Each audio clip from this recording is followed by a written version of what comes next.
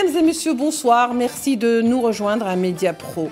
Elle s'appelait Rahma Ayet, elle avait 26 ans et toute la vie devant elle, la tête pleine d'espoir et de rêves, mais il en a été décidé autrement.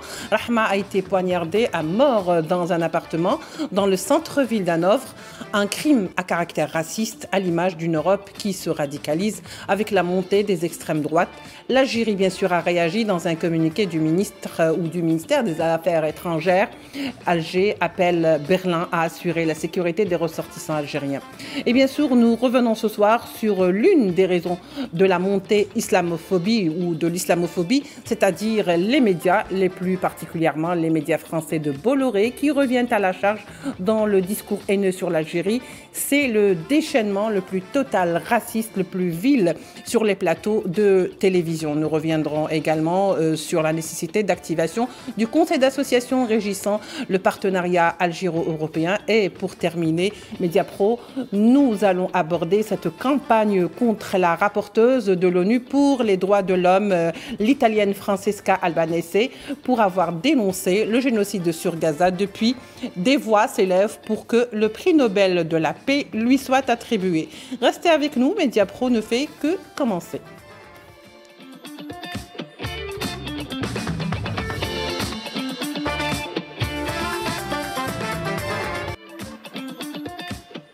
Comme je le disais donc, autant de sujets qui vont être abordés aujourd'hui sur Média Pro avec la présence ici sur le plateau de nos deux chroniqueurs, Faisal Metaoui, bonsoir, merci d'être avec nous. Bonsoir Leïla. Et de Sofiane Baroudi, notre journaliste à la rédaction de Al24 News. Bonsoir Sofiane. Bonsoir Leïla. Alors c'est vrai, il s'en est passé des choses ces 2 dernières semaines. Nous, on ne s'est pas vu quand même la semaine dernière. Et donc, il s'en est passé des choses, hélas, pas trop réjouissantes pour certaines, puisqu'il s'agit de l'assassinat de la jeune Rahma Ayet, l'Algérienne qui vivait donc à Hanovre, qui a été poignardée par un fou, par un raciste, tout simplement. Il s'agirait peut-être de son voisin. Alors, pourquoi on ne s'étonne pas, Faisal Metaoui, quand on voit justement cette montée de l'islamophobie en Europe et pas seulement en France, parce qu'on a eu des incidents pareils en France. Oui, absolument. L'islamophobie existe aussi dans des pays comme la Pologne ou le Danemark, ou l'Autriche, la Hongrie aussi, la Bulgarie. Ce n'est pas uniquement dans certains pays propres à la France, mais ou à l'Allemagne, les pays occidentaux. L'Allemagne, il y a des inquiétudes. Pourquoi? Parce qu'il y a un parti d'extrême droite qui est l'AfD, qui est l'alternative pour l'Allemagne, qui a percé lors des élections législatives. C'est une véritable menace pour la cohésion sociale, pour un pays qui a une histoire lourde. L'Allemagne, un pays qui vient de très loin. Vous savez qu'il a été à l'origine de la Deuxième Guerre mondiale et à des massacres intenses en Europe. C'est une histoire que certains n'ont pas oubliée, pas uniquement en Europe, mais ailleurs. Et ce crime de Rima Ayav, qui a été une jeune fille de 26 ans, une infirmière, qui a été assassinée par un homme. On parle toujours d'un soupçon d'un homme de 31 ans qui serait son voisin. Mais le motif raciste, il est là, même si les médias allemands... parce qu'en Allemagne, de le cacher, oui. En Allemagne comme en France, il y a des médias qui sont proches du groupe d'extrême droite et qui tentent d'abord de banaliser le crime et ensuite de camoufler, de faire passer... c'est le crime de Rima Ayav parce qu'elle est musulmane, comme un crime de droit commun. La question qui se pose aujourd'hui, est-ce que l'Allemagne est prête, la société civile est partie, à affronter cette montée du racisme? Parce que même des rapports faits par les Allemands eux-mêmes, par Erasmus Monitor, qui est c'est un groupe d'études allemand, qui dit que pour cette année, pardon, plus de 60% des personnes noires ont subi des actes de racisme et de ségrégation. Oui.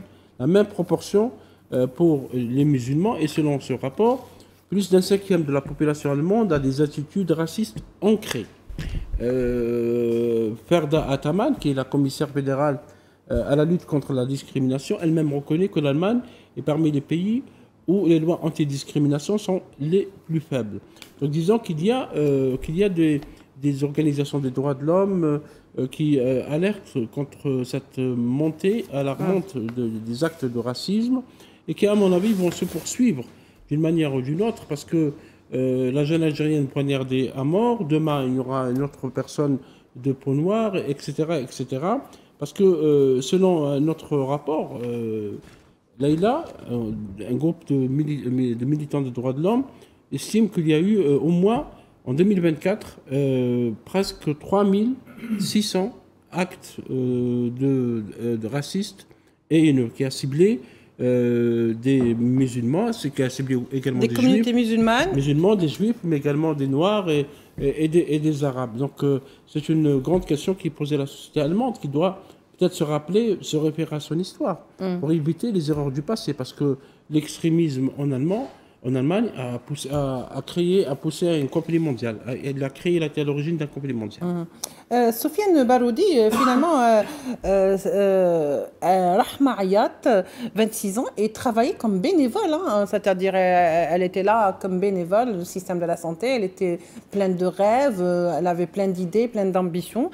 Hélas, il a suffi qu'un raciste, ça lui monte à la tête pour qu'il mette fin à cette jeune fille, à sa vie, à ses rêves, à ses espoirs. Est-ce que ça a toujours été le propre des Allemands ou de l'Allemagne, de la société allemande, ou est-ce que c'est justement dans le sillage de la montée des extrêmes droites aujourd'hui en Europe? Déjà, premièrement, il faut rappeler qu'il y a toujours une enquête qui est en cours. D'ailleurs, il faut saluer les efforts fournis par l'ambassade d'Algérie en Allemagne qui a publié un communiqué demandant que toute la vérité soit faite sur l'assassinat atroce de cette ressortissante algérienne, réclamant aussi justice et vérité pour cette victime. Il y a aussi le secrétaire d'État auprès du ministre des Affaires étrangères chargé de la communauté nationale à l'étranger, Sofiane Chaïb, qui en recevant l'ambassadeur d'Allemagne en Algérie a évoqué justement l'assassinat de la ressortissante algérienne à Hanovre en Allemagne, et il a réitéré la demande du ministère des Affaires étrangères pour que la justice, si vous voulez, trouve son cheminement et que la vérité soit faite sur cet assassinat atroce qui a vraiment indigné l'opinion publique en Algérie, mais aussi en Allemagne. Après, on va dire que la thèse du meurtre d'extrême droite ou du meurtre raciste s'impose d'elle-même, vu la conjoncture dans laquelle se trouve actuellement le continent européen. On voit la multiplication d'actes islamophobes et d'actes racistes. On rappelle par exemple l'assassinat d'un ressortissant malien dans une mosquée en France d'une manière atroce, avec plus d'une cinquantaine de coups de couteau. Il y a eu aussi l'assassinat d'un coiffeur d'origine tunisienne dans le sud de la France, qui a été assassiné aussi d'une manière atroce par un militant d'extrême droite, même si les médias français ont essayé de masquer un peu le caractère raciste de ça.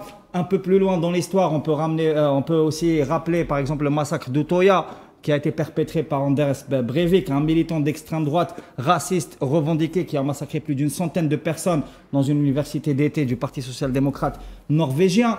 Et on a aussi une conjoncture propre à l'Allemagne, comme le rappelait Faisal, avec la montée vertigineuse notamment de l'AfD, qui est une coalition d'extrême droite qui avait essayé aussi de prendre le pouvoir. Aussi. Exactement, d'extrême droite qui se réclame ouvertement des néo-nazis et qui est aussi, si vous voulez, parce que c'est le propre de la nouvelle extrême droite européenne, qui est très, si vous voulez, proche du sionisme et du colonialisme israélien, qui est pro-génocide et qui est très islamophobe et très arabophobe. Ça, c'est vraiment une nouvelle donne. On voit, si vous voulez, la transposition sur le vieux continent de thèses d'extrême droite profondément islamophobes, c'est-à-dire qu'ils considèrent d'abord comme le premier ennemi de l'extrême droite les Arabes et les musulmans. Il y a aussi les thèses à floraison, notamment sur ce qui concerne les thèses du grand remplacement, qui malheureusement font leur chemin dans plusieurs pays européens. On a vu aussi l'année dernière, lors des élections européennes, le raz-de-marée de la coalition d'extrême droite qui a eu plus de 100 députés, ce qui est vraiment une première. On a aussi, si vous voulez, des facteurs plus géopolitiques qui expliquent la montée vertigineuse des courants ultranationalistes, des courants racistes et des courants suprémacistes. On a notamment ce qui se passe, le conflit en Ukraine qui dure depuis plus de 3 ans et qui fait se confronter des nationalismes et qui exacerbe la vieille question des nationalismes en Europe qui avait fait tant de mal à ce continent. On se rappelle que la Première Guerre mondiale et la Deuxième Guerre mondiale ont été, si vous voulez, la conséquence justement de la confrontation des nationalismes européens. Ça a été aussi le cas des génocides perpétrés sous le colonialisme européen, dont l'essence fondamentale et aussi une essence raciste et nationaliste. Exactement. Juste une question, alors dans ces cas-là, Faisal Mataoui, est-ce que vous ne pensez pas, est-ce que c'est un hasard aujourd'hui que ces crimes, finalement, on va voir qu'il y a une sorte de fil conducteur, c'est le même procédé. C'est-à-dire que toutes les victimes, que ce soit à Paris, en France, en Suède, ont été poignardées et de manière, si vous voulez, vraiment haineuse.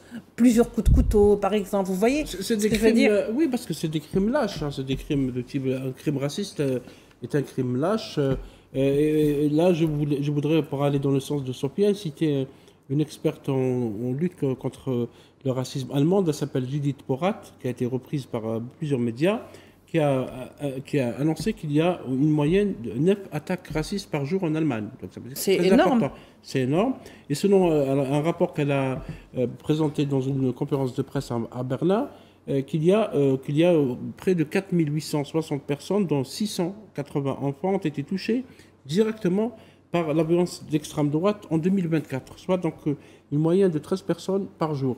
Ça veut dire que l'Allemagne est en train d'assister à une vague de racisme, à l'image de ce qui se passe en France. On peut parler de Hichem Meraoui, le Tunisien tué, un voisin qui a été tué par son voisin. Oui. Et il y a aussi le Boubacar qui a été tué à l'intérieur d'une mosquée. Évidemment, on a tout fait pour qu'on ne présente pas ça comme des crimes racistes. On vous parlera d'un psychopathe, on parlera d'un sociopathe, d'un coup qui est passé par là par hasard, qui a trouvé... On essaiera toujours de trouver le bon prétexte. Et ça, c'est les médias complices. Parce qu'un jour, un autre, des médias comme CNews, qui est une chaîne de haine et de racisme, doivent être jugés. Je voulais citer, Laïla, si vous permettez, un communiqué de presse du Conseil de l'Europe et de la Commission européenne qui sont réunis le 13 mars, parce qu'il y avait une réunion sur les menaces croissantes de la haine, de racisme et du discours de haine envers les musulmans en Europe. Oui. Alors, particulièrement. Alors selon ce communiqué, les stéréotypes négatifs et les stigmatisations des musulmans persistent et se sont amplifiés en raison de la polarisation mondiale et des conflits. De tels préjugés peuvent affecter la vie quotidienne, la réputation et la sécurité, alors que certains acteurs de la société civile, universitaires et institutions font face à du harcèlement, des tentatives de les réduire au silence et d'entraver leur effort. Là, je me rappelle d'un texte. Rappelez-vous, Leïla, Kamel Daoud, un jour, n'avait-il pas écrit un texte sur les hordes sauvages, il parlait des musulmans qui auraient attaqué et violé des femmes. Il a sur un fake news. Un fake news, bien sûr, j'en reviendrai. Mais en fait, il était tellement pressé de le faire qu'il n'a même pas eu le temps de vérifier. À Cologne, en Allemagne, c'était les fêtes de Noël, c'est les fêtes de fin d'année. Eh bien, il a fait un texte, bien sûr, il n'a jamais reconnu son erreur parce que c'était une information complètement fausse. Pourquoi Kamel Daoud et ceux qui lui ressemblent ne disaient rien sur ces actes de racisme? Avez-vous lu un texte, une ligne de Kamel Daoud sur son compte Twitter, sur les réseaux sociaux, sur les crimes racistes commis en France ces derniers jours? Le ministère de l'Intérieur français lui-même reconnaît, c'est le ministère de l'Intérieur, c'est Bruno Retailleau qui c'est un des têtes pensantes de l'extrême droite française actuellement, qui a reconnu qu'il y a eu une hausse de 11% des actes racistes en France. Et cette hausse, elle continue depuis 2016. Et le nombre de crimes et délits à caractère raciste, xénophobe et antireligieux en 2024 est presque 9400 actes.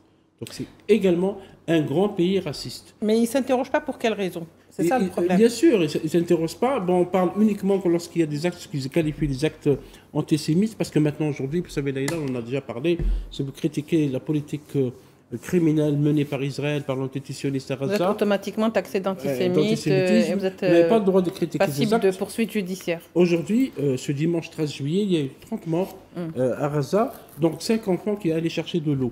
Plus criminel, plus raciste, plus lâche que ça. Est-ce qu'il y a dans l'histoire? C'est le racisme d'État, au fait. Donc les Kamel Daoud et ceux qui lui ressemblent, et ceux qui nous donnent des leçons de démocratie, de droits de l'homme, de littérature, de liberté, etc. Il n'y a pas un manque de courage, c'est une complicité. Ils sont complices de ces crimes. Autant les crimes racistes, en Allemagne, parce qu'en Allemagne aussi, il y a aussi une presse très extrémiste qui pousse au crime. Oui, à l'image de la France, à l'image de ce qui se passe en Europe en ce moment. Qui banalise les actes haineux, comme avant la Première Guerre mondiale, la Deuxième Guerre mondiale, dans les années 30. Il y avait aussi des médias qui banalisaient la montée du nationalisme. Vous avez vu ce qui s'est passé après. Et il se trouve que ceux qui ont été victimes des actes racistes de l'Allemagne nazie, c'est eux qui commettent les mêmes actes aujourd'hui. Oui, un petit peu, c'est les petits-enfants, si vous voulez. Alors, finalement, Sofiane Barodi, lorsqu'on tue un juif, excusez-moi, donc, de faire ce parallèle. On parle d'antisémitisme, c'est tout le monde qui s'élève pour dire c'est un crime odieux, et on l'a vu par le passé, mais même pas besoin d'illustrer des exemples à ce propos. Mais lorsqu'on tue un musulman ou une musulmane, lorsqu'on tue un arabe, eh ben, on qualifie comment? On parle d'islamophobie, mais c'est pas suffisant, je veux dire. Ce n'est pas suffisant. Malheureusement, même le terme islamophobie est contesté par beaucoup de prétendus intellectuels de la droite ou de l'extrême droite qui contestent jusqu'à l'appellation islamophobie, qu'ils ne reconnaissent pas. Après, on voit que le deux poids deux mesures est vraiment très flagrant parce qu'il ne faut même pas arriver jusqu'à tuer. Par exemple, il y a eu un rabbin qui a été agressé avec une chaise et ça a fait la une des médias pendant au moins 3 jours. Pendant au moins 3 jours. Alors qu'il n'y a pas eu, c'était un matraquage, carrément. Alors qu'il n'y a pas eu une atteinte à la vie. Oui, il n'y a pas eu mort d'homme. Mais contrairement, quand c'est un musulman ou un africain ou un arabe, même s'il y a mort d'homme dans des conditions atroces, on banalise. C'est très banalisé, c'est très allégé, on conteste, si vous voulez, y compris les motivations, les mobiles. On parle même d'accident des fois, d'un accident. Alors que, par exemple, pour le cas de la France, et même pour le cas de l'Allemagne, mais surtout pour le cas de la France, y compris l'Union européenne reconnaît le fait que c'est une société où il y a une forme de racisme institutionnel qui est pratiquée, où la violence policière est motivée par un caractère qui est ouvertement raciste et qui cible notamment la communauté musulmane. Par exemple, pour le cas d'Abou Bakr Cissé, le crime a été perpétré à l'intérieur d'une mosquée. Et même avec cela, avec plus de 50 coups de couteau, la thèse du crime islamophobe a été contestée. Par la justice, à la procureure. Oui. C'est même pas la procureure qui elle-même a rejeté. Alors que l'homme qui a tué, l'assassin, le tueur, lui même le proclame. Avait dit insulter Allah, le Dieu des. Il a dû. Ça veut dire qu'il y a des complicités. Je suis d'accord avec Sophia, qu'il y a des complicités institutionnelles au niveau de la justice française. Je ne dis pas toute la justice, mais une partie. Et au niveau de la police, il est connu par plusieurs rapports, y compris des rapports faits par des organismes onusiens, que la police française est l'une des plus racistes au monde. Les salles arabes, les salles nègres, les salles musulmans, les salles, etc., y compris les salles juives, c'est utilisé par les policiers lorsqu'ils arrêtent les personnes, lorsqu'ils voient un jeune, parce qu'il maintenant... Oui, mais les salles juives, c'est une autre paire de manches. On parlera par exemple, parce que si vous le dites, c'est un scandale en France. Voilà, c'est un scandale. Mais si vous dites salle arabe, salle musulman, c'est normal. On vous trouvera des excuses, on dira que la police se défendait, il y a eu des crimes. C'est un malade, c'est un psychopathe. La police française a le record du monde de violation contre les civils. La police française a tué un jeune homme qui ne constitue aucun danger, c'était la Naël. Et on a les groupes racistes, dont le Jean Messia, a ramassé de l'argent pour défendre la famille du policier qui a tué le jeune Algérien. Voilà, et le comble de l'histoire. Absolument. Et il se trouve que l'argent qui a été ramassé a été aussi détourné. Parce que vous savez, en France, là, il a... L'extrême droite, c'est des spécialistes du détournement d'argent. Oui, c'est des spécialistes. Absolument. Puisque leurs bureaux ont été perquisitionnés. Il y a aussi un autre détail qui est important. Par exemple, en Allemagne et en France, on a 2 affaires de complot d'extrême droite, y compris contre la sûreté de l'État. En France, il y a un réseau qui a été démantelé, impliquant y compris des diplomates qui étaient en Amérique centrale, mais les médias n'en parlent pas. Alors qu'on parle d'un complot contre la sûreté de l'État. En Allemagne, on a aussi une affaire qui implique des militants de l'AfD l'année dernière qui préparaient une prise de pouvoir par un coup d'État. Mais pourtant, les grands médias n'en parlent pas. C'est-à-dire qu'il y a une volonté d'occultation aussi, si vous voulez, de l'activisme de l'extrême droite qui prend de plus en plus d'ampleur et qui devient de plus en plus dangereux, y compris pour la stabilité des sociétés européennes. C'est-à-dire qu'il y a une stratégie, si vous voulez, de gestion par le chaos qui est suivi par l'extrême droite. Il faut rappeler juste un dernier détail. Pourquoi ils font ça justement, Sofiane? Est-ce par crainte, au fait? Pourquoi on essaye toujours d'être complice et de camoufler leurs actes qui sont très malheureusement, dangereux? ce qui ressort, notamment après l'indigne, si vous voulez, soutien aux actes génocidaires perpétrés par l'antitétionnisme qui est, je le rappelle, gouverné par une coalition d'extrême droite, une coalition fasciste, c'est qu'il y a une forme de complicité, une forme d'adhésion à ce projet-là. Parce que actuellement, si vous voulez, le baromètre de l'extrême droite mondiale, il est à Tel Aviv. Et donc, il y a une inspiration par le modèle sioniste actuel, et il y a une volonté de certaines sociétés, notamment en Europe, d'importer ce modèle-là pour gérer leur société. Parce qu'ils se sont dit, Sophia, si vous permettez, qu'il y a de l'impunité, parce que Benjamin Netanyahu, qui est le criminel de guerre... C'est comble de l'ironie que l'antitétionniste devient, si vous voulez, le modèle et le baromètre de l'extrême droite, même en Allemagne. Vous voyez ce que je veux dire? Exactement. Parce qu'ils se sont dit...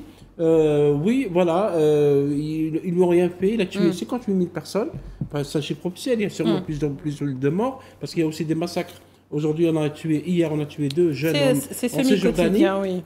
Bon, puisqu'il n'est pas poursuivi, puisqu'il peut voyager, puisqu'il peut rencontrer le président américain, il peut aller en Europe et survoler l'espace aérien européen sans être touché, pourquoi pas nous? Parce que les Occidentaux, ils ont, la plupart, ou certains sont des anciens empires coloniaux, il y a toujours ces germes de la violence, de la haine de l'autre qui sont là, la peur de ce qu'ils appellent le grand remplacement, parce qu'ils pensent, les Éric Zemmour, les Éric Ciotti, les autres, les Bernard-Henri Lévy, etc., pensent qu'un jour, les musulmans vont venir remplacer les Européens en Europe, etc. Alors autant les tuer maintenant. Oui, ce fantasme, il est toujours là. Ils se disent, puisqu'il y a quelqu'un qui est en train de... Parce que, rappelez-vous, il y a un responsable allemand qui a parlé de l'Iran, pour parler de l'Iran et de l'antisémitisme. Il a dit que l'antisémitisme est en train de faire le sale boulot à notre place. Parce que pour eux, c'est du sale boulot. Donc, merci. Massacrer des musulmans. Continuez à le faire. Agresser des pays, agresser la souveraineté des pays, des États, bombarder des cibles, c'est du sale boulot qui est fait par l'entité sioniste. Parce que et donc, crescendo par les extrêmes droites dans... Pas uniquement l'extrême droite, parce que parfois même dans la droite, appelée droite classique, et même de certains gauche, certaines gauches, ils pensent que c'est du bon travail ce que fait l'entité sioniste. Et donc, ça a décomplexé. Les médias ont joué un grand rôle. Et il se trouve qu'une partie des médias sont détenus par des hommes d'affaires proches de cette mouvance d'extrême droite, parce qu'ils sont très liés à l'Église, aux chrétiens blancs, à l'homme blanc, etc. Et donc, quand des tueurs passent par là et tuent un Africain, ce sera un Africain de moins sur le territoire européen. C'est comme ça qu'on le voit. Absolument. Et c'est ça le racisme. C'est ça le racisme et la nature du racisme. Il y a un dernier détail par rapport aux 2 poids 2 mesures. Ce qui est vraiment flagrant, c'est que d'un côté, on a la criminalisation des actes de solidarité avec la Palestine, qui est quelque chose qui est devenu une pratique quasiment institutionnelle par, on va dire, tous les grands pays européens. Et de l'autre côté, on considère par exemple l'islamophobie ou ce qu'ils appellent eux la critique de l'islam comme étant, comme faisant partie de la liberté d'opinion et de la liberté de penser, alors qu'on atteint, si vous voulez, qu'il y a une atteinte à la dignité et aux croyances de citoyens européens dans l'analyse. Mais de l'autre côté, par exemple, la simple critique du judaïsme ou du sionisme est considéré comme étant un acte antisémite et passible d'une condamnation au pénal. Et c'est assumé complètement. C'est-à-dire que d'un côté, par exemple, on a écouté Christophe Barbier, on va parler de ça, c'est un célèbre éditorialiste français, qui disait que critiquer l'islam, c'est la liberté d'opinion, mais critiquer le sionisme, c'est antisémite. Voilà. C'est-à-dire, on l'a vu avec ça résume à peu près vraiment le 2 poids 2 mesures et la situation dans laquelle se trouve le continent européen. Merci beaucoup, Sofiane Baroudi. Alors, je voudrais qu'on passe au prochain volet, deuxième volet justement, de la soirée, c'est les médias français. Donc les médias français qui reviennent à la charge et qui reviennent de plus belle. Je crois qu'ils ont été un petit peu faire une sorte d'exercice pour prendre des forces et revenir donc avec ce discours haineux contre l'Algérie. Alors, est-ce qu'on peut parler de dérapage, Faisal, ou carrément de déchaînement contre l'Algérie? Ces plateaux français, donc, qui invitent des personnes qui, comme le disait, complètement décomplexées, peuvent parler à leur aise. Non, c'est pas par hasard. Ils sont en train de poursuivre. Il n'y a aucune volonté de la partie française, je parle de la politique de la France officielle, de dépasser la crise avec Alger. C'est une crise diplomatique qui dure depuis plusieurs jours, plutôt plusieurs mois. Par rapport, on lit ça à la position de la France sur le Sahara occidental. L'Algérie dépend le Sahara occidental du point de vue du droit international, parce que c'est le droit international qui dit que c'est un territoire qui n'est pas autonome et qu'il y a la nécessité d'aller vers une autodétermination selon les chartes de l'ONU. Ça, c'est la position de l'Algérie qui respecte le droit international. Conforme au droit international. Absolument. Maintenant, comme on voit l'image, la bave bollorienne ne ternira jamais la blancheur d'Alger, l'Algérie restera toujours blanche. On parle de Vincent Bolloré. Vincent Bolloré, c'est un homme d'affaires extrémiste qui aime beaucoup l'Église, qui défend beaucoup l'Église et qui reçoit les rédacteurs en chef de ces médias. C'est terrible qu'il défend l'Église. Oui, il défend l'Église et il veut que le discours religieux chrétien soit présent dans ces médias, parce que ce qu'on ne dit pas à l'auditeur d'Europe 1, c'est une chaîne raciste. Parce qu'il faut dire qu'il y a une chaîne raciste. Le CNews qui est devenu un média de propagande haineuse, anti-musulmane, anti-arabe et anti-algérienne. Et c'est une chaîne qui, normalement, selon le droit européen et selon le droit français, devrait être interdite, parce que c'est devenu un média de propagande. À travers JDD ou Journal du Dimanche, qui publie n'importe quoi également, ce Vincent Bolloré reçoit ses rédacteurs en chef. Il a une Journal du Dimanche, elle lui a été envoyée par WhatsApp pour donner son accord. C'est lui le directeur de briefing. C'est lui le directeur, c'est lui le rédacteur en chef central. Donc il est conscient, exactement conscient de ce qu'il fait. La feuille de route qui lui a été donnée par également le lobby anti-algérien, parce qu'il y a des lobbies anti-algériens en France, c'est de s'attaquer à l'Algérie. Évidemment, on a profité de l'affaire Boualem Sansal. Boualem Sansal, curieusement, est devenu un compatriote français, comme on le voit dans les plateaux français, alors qu'il vient d'être naturalisé français depuis quelques mois seulement. Boualem Sansal a été cadre dans un ministère algérien de souveraineté, le ministère de l'Industrie. Il a toujours la retraite de cadre supérieur de l'État. C'est un Algérien qui a été jugé par la justice algérienne en territoire algérien. Il devrait continuer à l'avoir, cette retraite, ou pas? C'est son droit. Bon, on va pas poser. C'est un droit, mais disons que la question c'est que pourquoi on parle d'otage? Boualem Sansal n'est pas un otage. Il a déclaré, il a tenu des propos honteux à l'égard de son pays, l'Algérie qui serait un petit truc selon lui, et il a fait où? Il a fait où? Dans un média de l'extrême droite qui est frontière. Dans le même média, il y a Xavier Driancourt, l'autre raciste, ancien ambassadeur d'Algérie et de France à Alger, qui continue aussi à lâcher de la haine à déverser son venin contre l'Algérie. Et il disait, et il a remis... Oui, je vais vous interrompre un petit moment, juste après cette courte pause, bien sûr, et on reviendra, donc on garde le fil.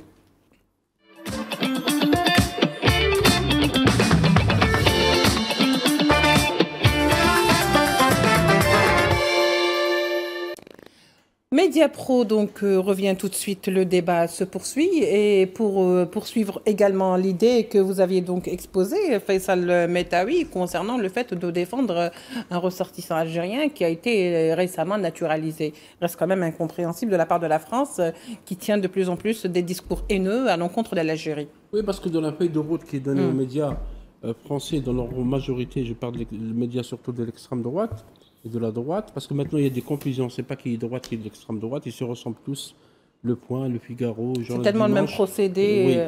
Ils se ressemblent et ils disent tous la même phrase. Vous l'avez remarqué, Sofiane, un homme malade en prison, âgé 80 ans. Voilà, Boualem Sansal a 75 ans. C'est un peu les clés, si on veut chercher Sansal. Après, la phrase qui vient d'après, c'est il est otage du régime, ce qu'ils appellent le régime d'Alger, etc. Oui, on nous appelle toujours le régime. Absolument. Voilà. Pourquoi otage, on ne sait pas, et on l'a rappelé qu'il a été jugé par la justice algérienne pour avoir tenu des propos scandaleux sur l'unité nationale, sur l'intégrité territoriale, en plus des propos qui sont faux. Parce que selon lui, la puissance occupante française aurait cédé des territoires qui appartiendraient au royaume du Maroc, qui est bien sûr Écoutez, Faisal, il a dit l'Algérie n'a jamais existé. Oui, pour lui, c'est un petit truc, ce qu'il disait. Lui qui a toujours déversé sa haine, parce qu'il a une haine anti-algérienne, il n'est pas opposant au régime, comme on tend à le présenter. Il est opposant à la société algérienne. Il n'a pas l'islam. Il a même bénéficié du régime. Il n'a pas l'islam, il n'a pas les musulmans, il n'a pas les arabes, il n'a pas les algériens. Il faut lire seulement les romans de Boualem Sansal pour comprendre sa pensée. L'homme, il a écrit un roman qui s'appelle Le village de l'Allemand. Il fait un parallèle entre la glorieuse armée de libération nationale et le FLN et les nazis. Quand vous lisez le roman, vous aurez compris que les nazis qui sont venus d'Allemagne sont venus former des Algériens dans les montagnes. Qui sont devenus à leur tour aussi violents. Absolument. Vous voyez ce discours, comment il est développé. Vous lisez le sermon des barbares où il attaque la société algérienne. C'est les barbares, vous faites. Voilà. Dans le code pénal français, lorsque vous remettez en cause l'intégrité territoriale de la France, vous êtes condamné à des peines de prison et à des amendes très lourdes. Une sorte de trahison, parce que... C'est de la trahison. Dans tous les États, et ça a été rappelé par l'agence algérienne de presse, tous les États dignes de ce nom, qui se respectent, poursuivent les personnes qui portent atteinte à l'unité nationale.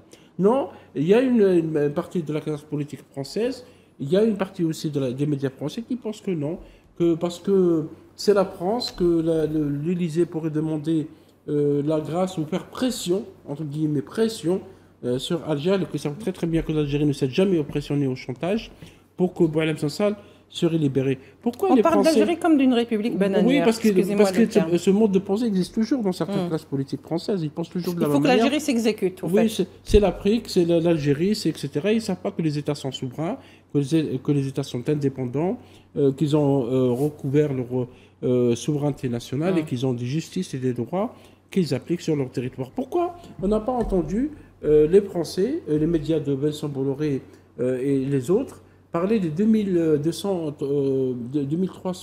ressortissants français qui sont détenus à travers le monde. Pourquoi il n'y a jamais eu un article ou quelques lignes dans un journal pour parler, pour demander aux États qui maintiennent ces personnes qui sont poursuivies, détenues pour des raisons diverses? Pourquoi il n'y a que le cas Boualem Sansal? Est-ce que parce que Boualem Sansal ne serait pas l'ami de l'entité sioniste, parce que vous savez qu'il a visité l'entité sioniste, qu'il a défendu, qu'il ne reconnaît pas le droit des Palestiniens de disposer qu'il a fait même l'éloge des dirigeants sionistes. Et puis l'éloge d'un pays qui a toujours été aussi l'Algérie, qui est le Maroc, etc. Donc on le défend pour des intérêts. Parce que Boualem Sansal fait partie d'un échiquier, c'est un pion dans l'échiquier qui, donc, dans cette cartographie anti-algérienne, et qui prend parfois plusieurs formes, plusieurs discours. Qui fait la promotion de l'entité sioniste et de ses alliés.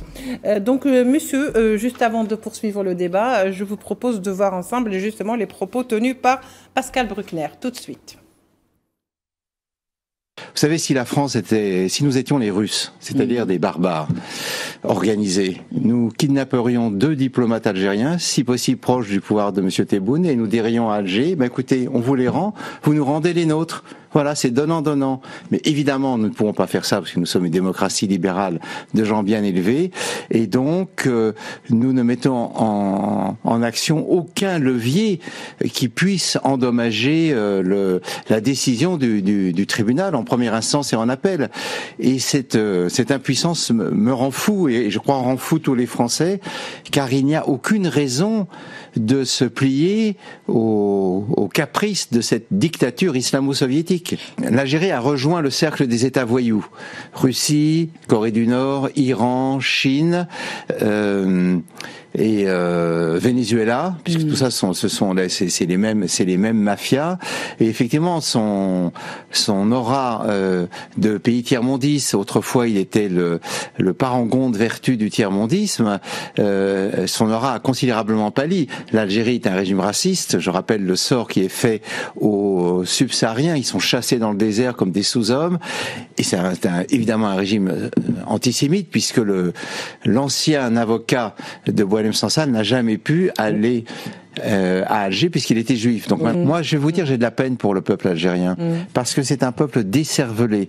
Donc, vous savez, on n'enseigne plus le français. Alors, c'était la grande supériorité des élites algériennes, c'est qu'elles étaient bilingues. C'est fini.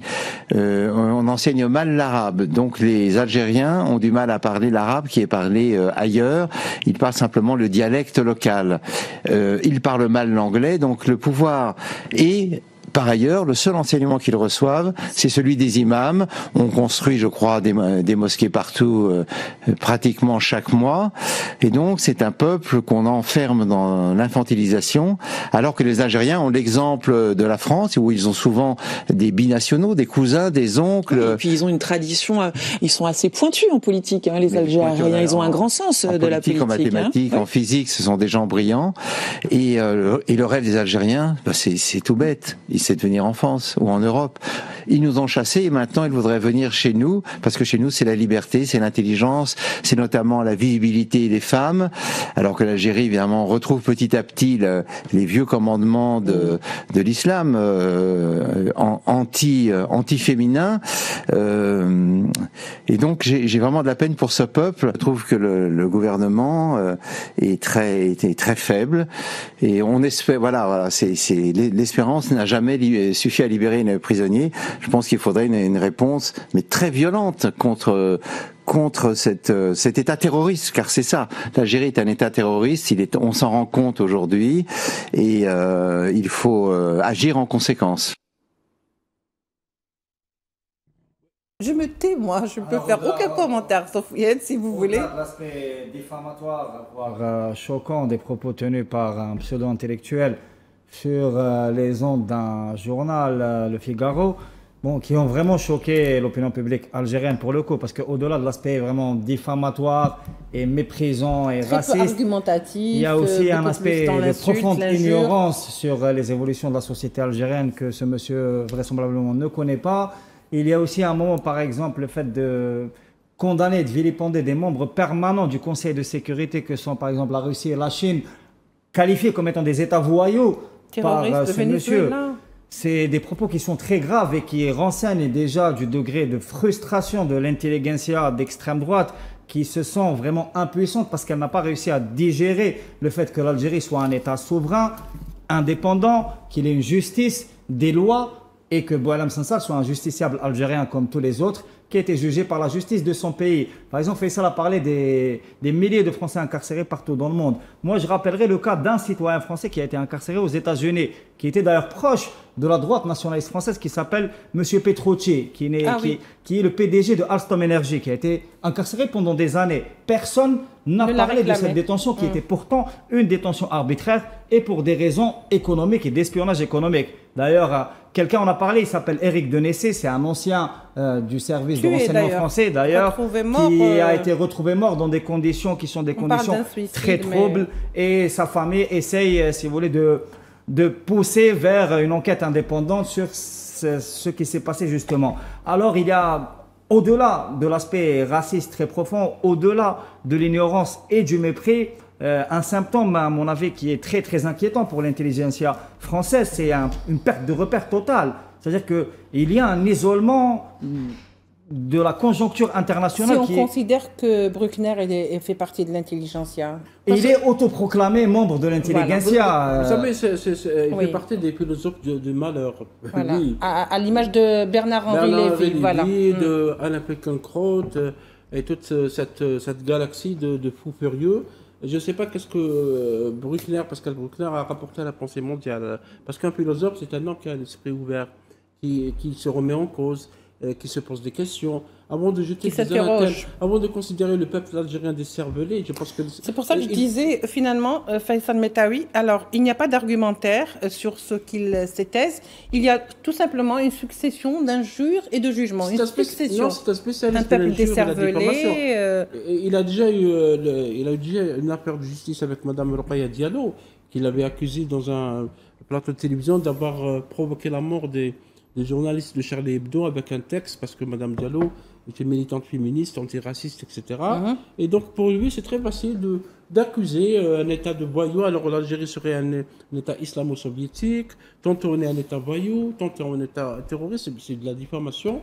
C'est de la diffamation pure et claire. Et comment la journaliste qui est supposée l'interviewer ne le rappelle pas alors pour lui dire que ce que vous dites et tombe sur le coup de la loi. De la justice. Imaginez qu'un Algérien prenne la parole dans un média où il accuse la France d'être un État voyou, ou ce que vous voulez. On va tous rapidement crier au scandale. Et comment peut-il oser traiter tout un aller peuple, aussi loin, tout un peuple, le peuple algérien, le glorieux peuple algérien qui a lutté contre le colonialisme français, parce que de décerveler. Qui donne le droit à ce peu furieux d'accuser les Algériens de cette manière. Le plus grave, c'est que Pascal Bruckner fait partie du comité de Goncourt. Et c'est lui qui a donné le prix à son ami Kamal Daoud. Non, parce que c'est des réseaux. Voilà. En France, ça fonctionne en réseau. Oui. Tu me donnes, ça, on je te donne. Compris, hein. C'est un échange. Tu insultes ton pays parce que Kamal Daoud, c'est ce qu'il fait. Il fait partie des traîtres et il le reconnaît lui-même. Il reconnaît sa trahison. Vous insultez votre pays, vous insultez la religion musulmane, vous insultez les musulmans, on vous donnera un prix. Et Pascal Bruckner lui-même, par exemple, Sophie parlait de l'islamophobie, c'est lui qui avait publié un livre, une succession de folies, de phrases décousues, qui s'appelle le racisme imaginaire, où il ne reconnaît pas justement le terme islamophobie. C'est lui qui avait écrit un pamphlet sur le bouc émissaire blanc, parce que lui, il pense qu'il y a un racisme anti-blanc. Oui, et donc, vous voyez, c'est ce genre de personnes qui ont presque 52 minutes pour toutes les missions diffusées par le Figaro TV, parce que le Figaro, maintenant, il a une télévision sur les réseaux sociaux, sur l'Internet, était réservé à l'Algérie. Et tout ce qu'il dit, ce monsieur, est faux. Le plus grave dans ses propos, c'est qu'il appelle au meurtre. Et aussi à la prise d'otage de diplomates algériens. Il dit explicitement il faut prendre en otage. Pour faire une sorte de pression. Pour lui, c'est normal. Alors, après l'appel à l'incendie contre l'ambassade d'Algérie, là, on a l'appel à la prise d'otage contre les diplomates. Voilà. Parce qu'on donne le modus alors que ça tombe operandi. sur le coup de la loi. Pourquoi personne ne bouge? Pourquoi les autorités, l'AFRICOM notamment, l'ARCOM, pourquoi l'ARCOM en France, qui est donc la police, le gendarme, l'audiovisuel en France, ne réagit pas. Lorsqu'il s'agit de l'Algérie, on se permet tout. L'insulte, On ne voit pas, on n'entend pas, les accusations, les appels à la haine, les appels au meurtre, les appels au kidnapping, sans même parler du fils de Nicolas Sarkozy, parce qu'on veut monter Louis Sarkozy comme un homme politique, on le fabrique, parce que les médias français, venus de nulle part, l'extrême droite, c'est des spécialistes de fabrication de ces hommes politiques qui vont peut-être agir avec des plans et des agendas, a lui-même appelé à brûler l'ambassade d'Algérie en France. Il n'a pas été poursuivi. Il n'a pas été poursuivi. Imaginez un Algérien qui dise la même chose. Vous avez vu comment on a fait un scandale lorsqu'on a commencé à poursuivre beaucoup moins que ça, hein. Les TikTokers algériens, parce que tout simplement, ils défendaient leur pays, ils plaidaient, ils tenaient un autre discours. Et ils disaient qu'ils appelaient à la violence. Absolument, ils appelaient à la violence, ils étaient violents. Donc la France, maintenant, elle est face à ces contradictions.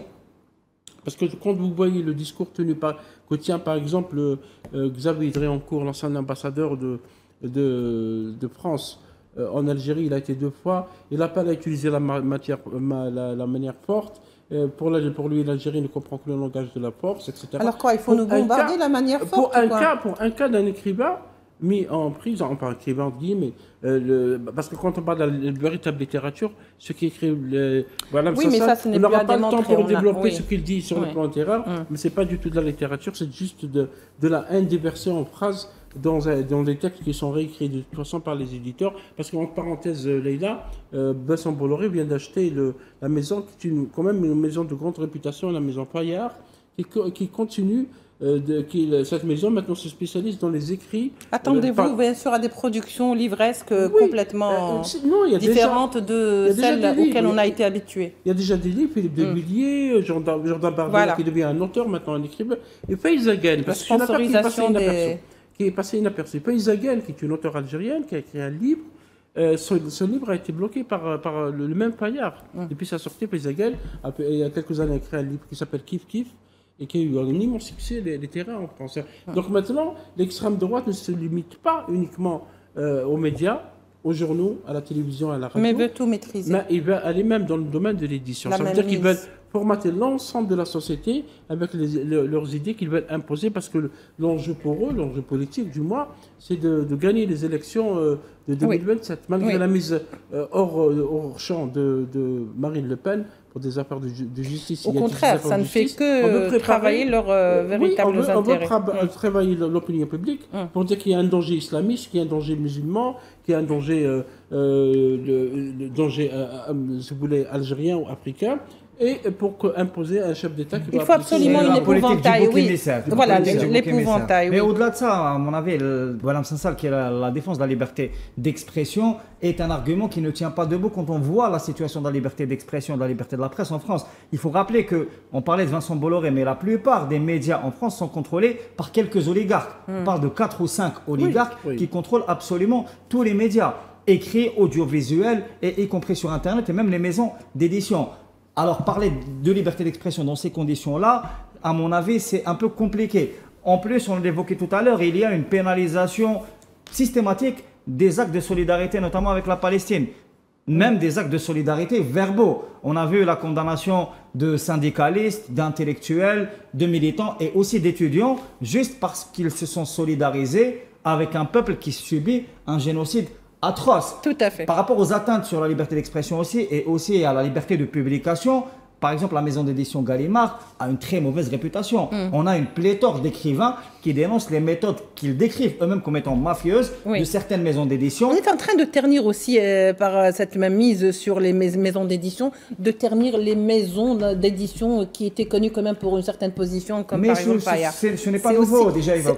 Par exemple, quand on se renseigne sur l'histoire de la France, qui est bien connue en Algérie, contrairement à la société française qui ne connaît absolument rien de l'Algérie, on sait que par exemple, de grands films ont été interdits au cinéma, ont été censurés. On peut citer le cas célèbre de la bataille d'Alger, qui a été censuré pendant plus de 10 ans alors qu'il avait remporté un prix international prestigieux à la Mostra de Venise. On peut citer aussi le film La Question, qui est une adaptation d'un livre d'Henri Alleg, un grand militant qui dénonçait la torture, qui a été censuré aussi pendant au moins une décennie en France. C'est-à-dire que ces pratiques de censure, d'atteinte à la liberté d'expression, à la liberté d'opinion ne sont pas nouvelles. C'est-à-dire que les opinions qui sont tolérées sont celles qui sont les opinions des détenteurs des médias et des moyens d'information divers, c'est-à-dire d'une petite oligarchie. On peut citer aussi les atteintes à la liberté d'organisation en France. Il y a eu beaucoup de collectifs qui ont été dissous par des décisions administratives du ministère de l'Intérieur. On peut citer par exemple le cas de Palestine Vaincra, qui est un collectif pro-palestinien en France. Il y a aussi les Soulèvements de la Terre, qui est un collectif écologiste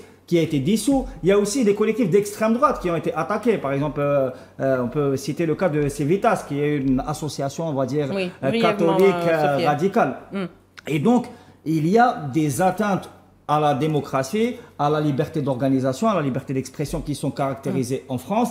Et à mon avis, la thèse qui est défendue est une thèse qui fond comme neige au soleil. Tout à fait. C'est bien de donner des leçons, mais il faut commencer peut-être par soi-même. Justement, monsieur, je sais que le volet est très, très intéressant à plus d'un titre, mais il faut absolument qu'on passe à d'autres sujets qui ont été programmés ce soir. Alors, Ahmed Attaf qui reçoit un appel téléphonique de Kaja Kallas, Faisal Metawi, pour relancer ou réactiver, si vous voulez, le partenariat algéro-européen. Je crois que c'est un pas très important là-dessus. Oui, absolument. D'autant plus que l'Algérie a des rapports très solides avec l'Union européenne, des rapports commerciaux, énergétiques et économiques, mais également politiques. Et vous savez qu'il y a des groupes d'extrême droite, puisqu'on n'échappe pas finalement, au sein du Parlement européen, qui tentent de saboter la renégociation des accords d'association signés par l'Algérie, entrés en vigueur en 2005,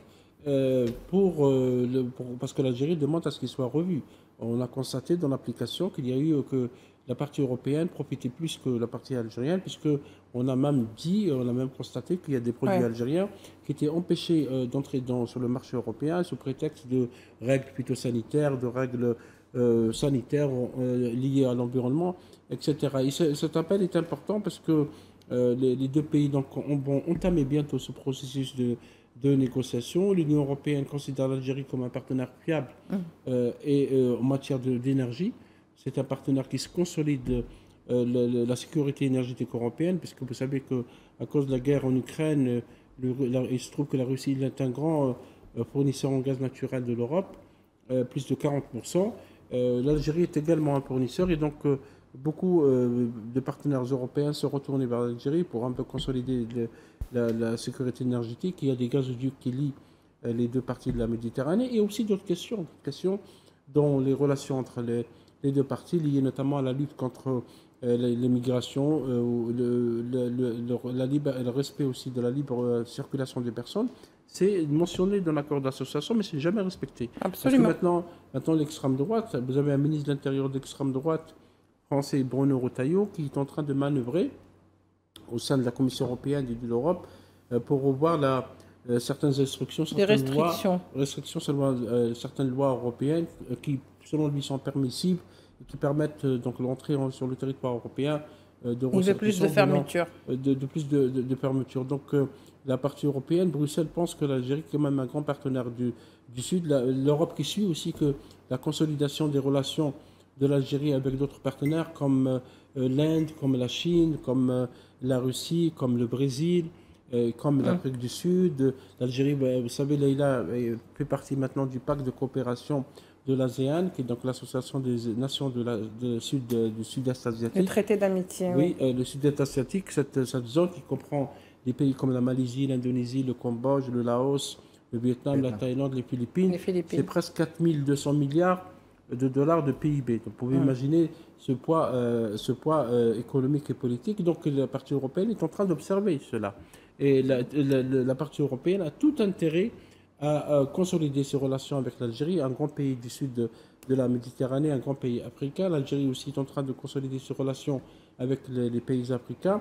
Pour l'Europe, c'est le moment jamais de relancer la coopération, d'aller vers de nouveaux partenariats, vers de l'investissement, parce que l'Algérie maintenant veut de l'investissement direct sur son territoire, un investissement créateur d'emplois. Et c'est donc c'est un peu l'idée de cet appel entre le ministre des Affaires étrangères, M. Ahmed Attaf, et Mme Kaja Kallas, qui est donc la haute représentante de l'Union européenne pour les affaires étrangères et la politique de sécurité. Merci Faisal. Alors, bien sûr, j'aurais aimé qu'on s'attarde sur le sujet, mais vous voyez, il ne nous reste pas beaucoup de temps et j'aimerais pas non plus qu'on laisse le dernier thème comme ça, sans être traité. Donc, monsieur Francisca Albanese, la rapporteuse spéciale de l'ONU pour les droits de l'homme, a fait des déclarations assez courageuses en disant et en dénonçant l'antitessionniste dans le génocide qu'elle commet à Gaza. Eh ben, ça lui a pas valu, si vous voulez, l'appréciation de tous, Sofiane, puisque vraiment, on a vu qu'elle s'est attirée la foudre de l'antitessionniste et de leurs alliés. Mais entre-temps, en revanche, il y a quand même le revers de la médaille. Des voix se sont élevées pour justement que Francisca Albanese lui soit octroyé le prix Nobel de la paix. Alors, que faut-il en penser de tout ça? Alors déjà, il faut rappeler que Francisca Albanese, qui est italienne, est une fonctionnaire onusienne qui se veut attacher au respect du droit international et qui essaie de faire son travail malgré toutes les difficultés. Parce qu'il faut rappeler que des centaines de fonctionnaires onusiens et de travailleurs humanitaires ont été assassinés par la machine de guerre et par l'antitessionniste à Gaza, que ceci constitue un crime de guerre caractérisé. Francisca Albanese essaye de défendre ces principes-là, malgré la répression accrue qui a même touché le secrétaire général de l'ONU, Guterres, qui lui-même a été attaqué et vilipendé comme étant un antisémite et quelqu'un qui était là pour, si vous voulez, se solidariser et soutenir la cause palestinienne. Or, on a accusé de partialité, au fait. Il essaye de faire son travail et de faire respecter ce qui reste du droit international. Ce que subit actuellement Francisca Albanese va dans la droite ligne aussi de la répression contre la Cour pénale internationale. Parce qu'il faut rappeler qu'elle paye sa collaboration avec la Cour pénale internationale qui a ouvert une procédure contre les criminels de guerre qui sont Benjamin Netanyahu, son ancien ministre de la guerre, et d'autres. Et la Cour pénale internationale a été sanctionnée par Washington pour cela. Francisca Albanese aussi. D'un autre côté, elle bénéficie aussi d'un soutien, un grand soutien de la part de tous les réseaux internationaux qui ont démontré leur force, parce qu'il faut rappeler que la cause palestinienne, malgré le génocide, a réussi à revenir sur la scène internationale en force, notamment dans les opinions publiques. Et les opinions publiques internationales qui se sont manifestées un peu partout dans le monde, et surtout aux États-Unis, se solidarisent avec Francisca Albanese, qui représente un peu, si vous voulez, actuellement l'avant-garde de ce qui reste de défenseurs des droits humains au niveau international, et notamment au niveau de l'Organisation des Nations Unies, qui pose beaucoup de questions parce que le Conseil de sécurité des Nations Unies n'arrive pas à stopper un génocide qui est en cours depuis presque 2 ans, et il est dans une situation de polarisation et dans une situation de quasi-arrêt entre de grandes puissances qui pose vraiment la question du système international et, si vous voulez, je dirais, de son efficience actuelle. De sa viabilité. On vit une situation de tension énorme, de bouleversement énorme aussi, si vous voulez, de risque sur la sécurité globale. Le Conseil de sécurité et l'Organisation des Nations Unies ont l'impératif de s'imposer et d'imposer le respect international, ou sinon ça sera une situation de chaos. C'est un peu, si vous voulez, droit international ou barbarie, pour paraphraser, si vous voulez, une phrase célèbre de la fin des années 30. Moi je pense que madame... il ne nous reste pas beaucoup de temps, Faisal, mais alors rapidement, voilà. Francisca Albanese, je pense qu'à mon avis, il mérite le prix Nobel de la paix. Je soutiens tous ceux qui ont appelé à ce qu'elle l'obtienne, parce que madame Albanese a fait un travail remarquable. C'est une experte indépendante, spécialiste des droits de l'homme. Elle a été mandatée par l'ONU pour préparer un rapport sur les violations massives des droits humains par l'antitessionniste en Cisjordanie et à Gaza. 58 000 morts, des milliers et des milliers de bébés et de femmes. Madame Albanese est attaquée surtout, pas uniquement pour ça, c'est aussi parce qu'elle a, dans son rapport de 39 pages, publié rapidement le 1er juillet, elle a répertorié 70 entreprises occidentales qui financent, qui arment, qui soutiennent l'antitessionniste. Elle a surtout été attaquée pour ça, parce que ça gêne beaucoup d'intérêts. Voilà, c'est ça qui a gêné aussi les États-Unis. Merci beaucoup, monsieur, d'avoir donc été avec nous pour cet éclairage. Merci Sofiane Baroudi, journaliste à la rédaction. Merci Faisal Metawi, chroniqueur à Mediapro. Merci à vous de nous avoir suivis. Au revoir.